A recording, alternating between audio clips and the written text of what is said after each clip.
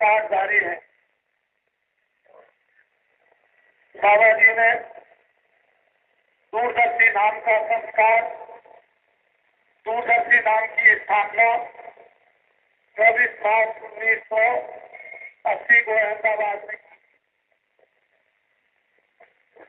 और ये सम्मेलन दूरदर्शी साझेदारियों का आपके समक्ष है।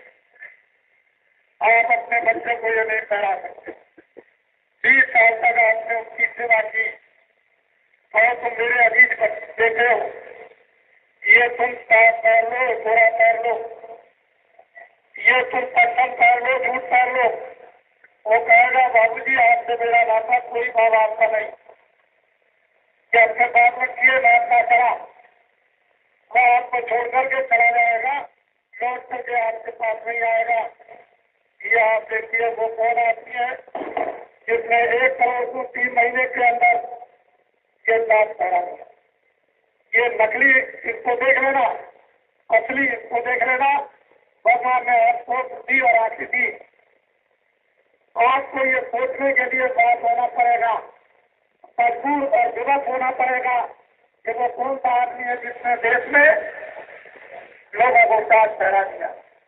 ये मैं समझता हूँ कि लाभ आप लोग इसका अर्थ, इसका रहस्य न समझ पाएंगे अभी, लेकिन कुछ ही दिनों में इसका रहस्य आपकी समझ में आने लगेगा।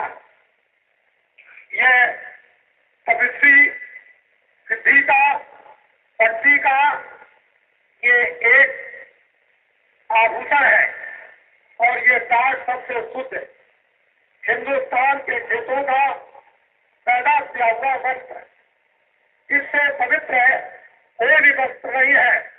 बड़े बड़े बादशाह, हीरे जवाहरात मजमा रखने वाले, वो भी अपने दरवाजों पर आज भी यानी ताज लगाते हैं। कहीं भी आप देख लीजिए, मोहम्मद साहब ने इस ताज को तैरा। जब लोगों ने पूछा कि आपके पास तो सभी साधन है, तो उन्होंने कहा कि जितने मेरे पास साधन है इस ताज की कृपा से, ताज की मेहरबानी से ये सब साधन है। मैं इसको पसंद करता हूँ और मुझे बहुत पसंद है। राम ने इसको धारण किया, जंगल में रहे, गदा रखी, झूठ तारा, ताज बिल्कुल एकदम स्पष्ट है और फिर कितने बड़े शक्तिशाली उस रावण को और उन राष्ट्रों को समाप्त किया।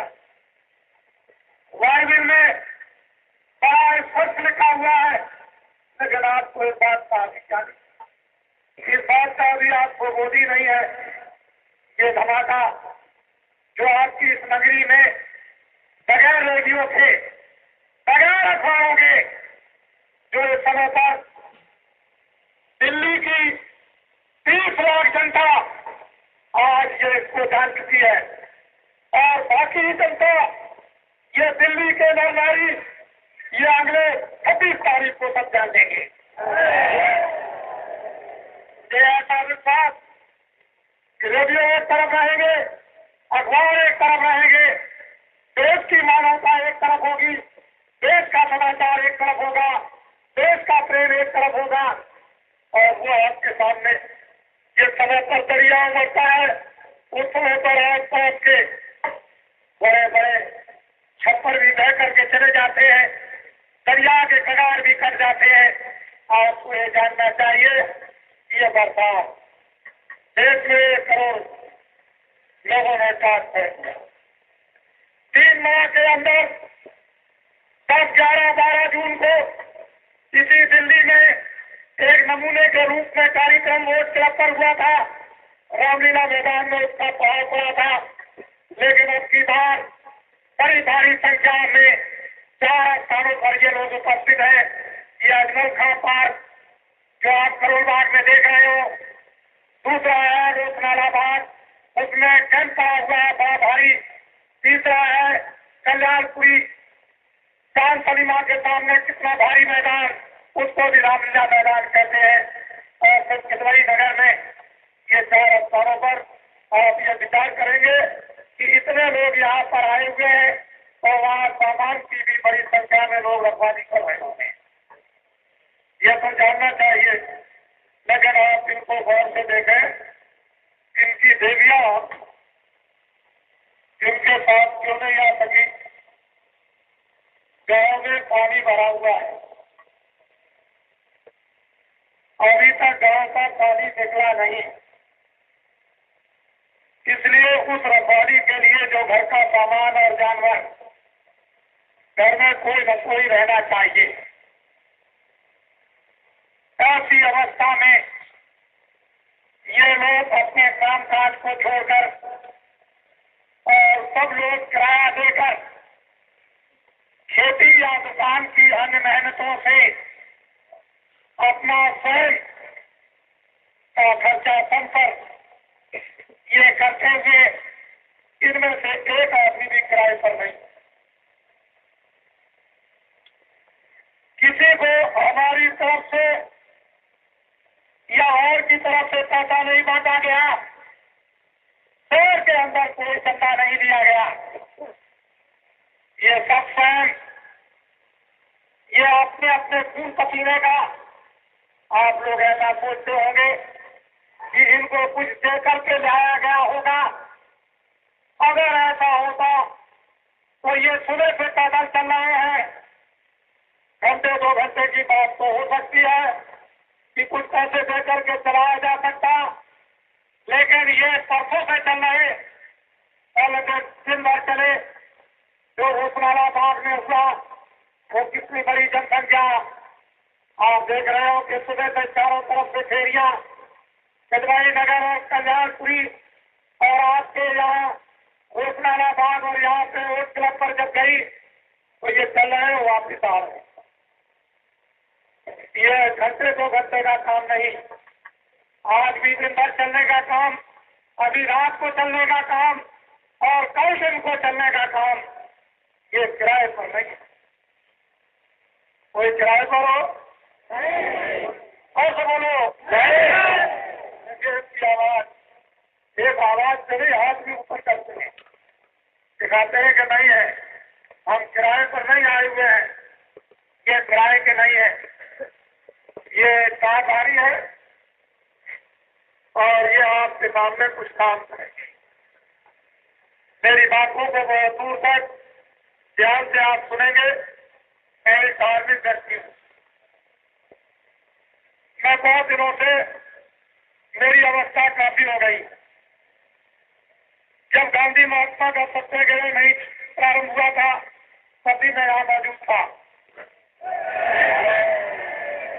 जब देश में उनका सत्याग्रह प्रारंभ हुआ तो मैं यहाँ मौजूद था। मैंने अपने कानों से सुना कि अगर देश को समृद्ध बनाना है, देश को आजाद करना है, तुम अपनी अपनी गरीबी को दूर करना चाहते हो और खुशहाल होना चाहते हो तो अपने अपने घरों में चरखा रखो और वो दरी का मोटा मोटा सूत काटो और अपने हाथ से उस सूत को घर घर में काट कर उसको बुनो, उसको तोड़ो। मुझे विश्वास है देश आजाद हो जाएगा। लोगों ने बहुत दिनों तक धीरे धीरे बड़ी शर्म लगती थी, बड़ी हैरानी आती थी, धीरे से उन्होंने करना शुरू किया। उन लोगों को देखा गया जो बड़ी का मोटा सूट खद्दर के रूप में पहनते थे, उनको लोग बुलाकर जूते मारते थे, गाली देते थे कि तुम्हारे पास क्या है जिसका सूरज निकलता है डूबता है वहां तक का राज, अरे देखो तू हटा देगा। सलाह जूते मारते और गाली देते। और मैंने अपनी आंखों से देखा है कि जब वो जंगल में चला जाए तो वहां अकेले खड़े होकर देश को आजाद कर देंगे, आजाद हो जाएगा। ये वो तेरे भाषण से न कोई आदमी न कोई जानवर जंगल में खड़े होकर के, लेकिन कौन था उधर साथ रहती थी, वो देख रहा था इसकी आवाज बिल्कुल सच्ची है। और वो दलाल उन्हीं खतरदारियों को मेरे सामने ये कहते थे कि राष्ट्रद्रोही है, और उनको अपनी आत्मा को सुना। आप हमको क्या कहेंगे? 100 पैसे मजदूरी, एक मजदूर को 12 घंटे काम करने की मिलती थी। मेरे सामने 2 दिनों तक 1 तोला सोने का दाम 12 रुपए बिकता रहा। 1 रुपए यानी 1.5 मन चला 12 में मिलता था। प्याज तो और भी सस्ता। आप हमको क्या बताएंगे? लोगों ने कहा था देश आजाद हो जाएगा। हमने सुना था कि खद्दर कांग्रेस हमारे देश में कोई भी, जब हमारा देश आजाद हो जाएगा तो एक भी व्यक्ति शराब नहीं पिएगा। ये गांधी महात्मा के तत्व है, कोई शराब नहीं पिएगा। उन्होंने कहा देश के लोगों, गरीबों, तुम शराब पीते हो और तुम इसमें अपना जो कुछ भी 2 रुपए 2 पैसे 3 पैसे कमाते हो, शराब में पी जाते हो। तुम्हारे बाल बच्चों को भोजन कपड़ा नहीं मिलता। हमको देख करके बड़ा दुख होता है। ये बात उस समय पर लेकिन दिल्ली के नर नारियों, बच्चे और बच्चियों, ये सहकारी जो आपके सामने उपस्थित है, जिनको कोई भी देश का आदमी खुले मंच पर इनको राष्ट्रद्रोही नहीं कह सकता है। ये सच्चा कपड़ा अपने देश का है, जो किन्होंने खुद को बैठता है। वो कपड़ा है, थोड़े दिनों में हो सकता है कि ये तरफे पर जाकर अपना सूट बनाने लगे और इसको फिर अपने जंग से तोड़ने लगे। ये भी हो सकता है। मैंने अभी कोई ऐसी बात नहीं कही। मैंने तो ये कहा है, तुम देश का धर्म, देश की हया, देश की लज्जा तुम उधार कर और साथ में रखो और ऐसा पर तुम हाथ में लो जिससे तमाम दुनिया पड़ोसी तुम बदल जाए। देने वाला कपड़ा है, ये सिक्की भी देगा, ये काम भी देगा, ये शक्ति भी देगा, ये सारी व्यवस्थाओं को ठीक कर देगा जो बिगड़ी हुई है। आपको ये मालूम है, इसी कपड़े को पहन करके राज्य मारे इसी कपड़े को पहन कर रावण को मारा गया था। इसी कपड़े ने धर्म की स्थापना की। यही कपड़ा था जो शत्रुओं की जित पर रक्षा की और दुष्टों का विनाश किया। कुछ नहीं मालूम, इसलिए मैं निवेदन और प्रार्थना करूंगा कि मेरी बातों पर मैं आज आपको अमूलक ध्यान भी अभी थोड़ी देर में दूंगा। आप घबराए नहीं। यहाँ के लोगों को यहाँ मिल जाएगा, कल्याणपुरी के लोगों को कल्याणपुरी में मिल जाएगा। और जिस उद्देश्य के लिए, लेकिन आपको ये पता चल गया कि इस कपड़े में भजन बहुत अच्छा होता है। ये आपको मालूम हुआ है कि भजन लोगों का बनने लगा। जो इस कपड़े के ऊपर में कोई मोहित नहीं होता, इस कपड़े के ऊपर में कोई स्त्री मोहित नहीं होती। जिसके तुम शिकार बन गए थे, देवियां शिकार करती थी, अब वो बात सुनने को नहीं मिल रही है। ऐसा मालूम होता है कि अब आपका सम विचार, सम भाव और सम काम और सम कामना धीरे धीरे धीरे धीरे सिमट कर अपनी जगह पर आ रही है। जब अपनी जगह पर आ जाएगी तो स्थान भी छोड़ जाएगी। जगह पर आ जाएगी, स्थान भी छोड़ देगी। घबराने की कोई बात नहीं है। तो बड़े ध्यान से आज आपको अमुक वस्तु कि जब आप इनको समझाओगे, ये समझकर कि मेरे भाई हैं, ये समझकर मेरे बच्चे हैं, ये समझकर मेरी माता और बहनें हैं, जब इनको समझाओगे तो आपसे आप इनसे हार नहीं सकते। आपको ये बात समझ लेनी चाहिए अच्छी तरह से। लेकिन मैं कुछ और कहना चाहता हूँ, क्योंकि हमारे दिल्ली के नर नारी सब जगह उपस्थित नहीं हो सकते। ये इतने काम में व्यस्त है कि मौत भी सामने खड़ी हो तो काम करेंगे। ये काम में इतने रत हो गए हैं, इनको होती नहीं है कि मेरा काम कब पूरा होगा, ये दुनिया के काम कभी हर चीज बंदे पूरे न होंगे और एक दिन बंदे हद न होंगे, ये कभी पूरे नहीं होंगे। तो इसलिए इनको सुनाना बहुत आवश्यक और जरूरी है। हमारी बातों को बड़े ध्यान से। अब मैं आपको देश के संबंध में कुछ बातें बताने हम फिर से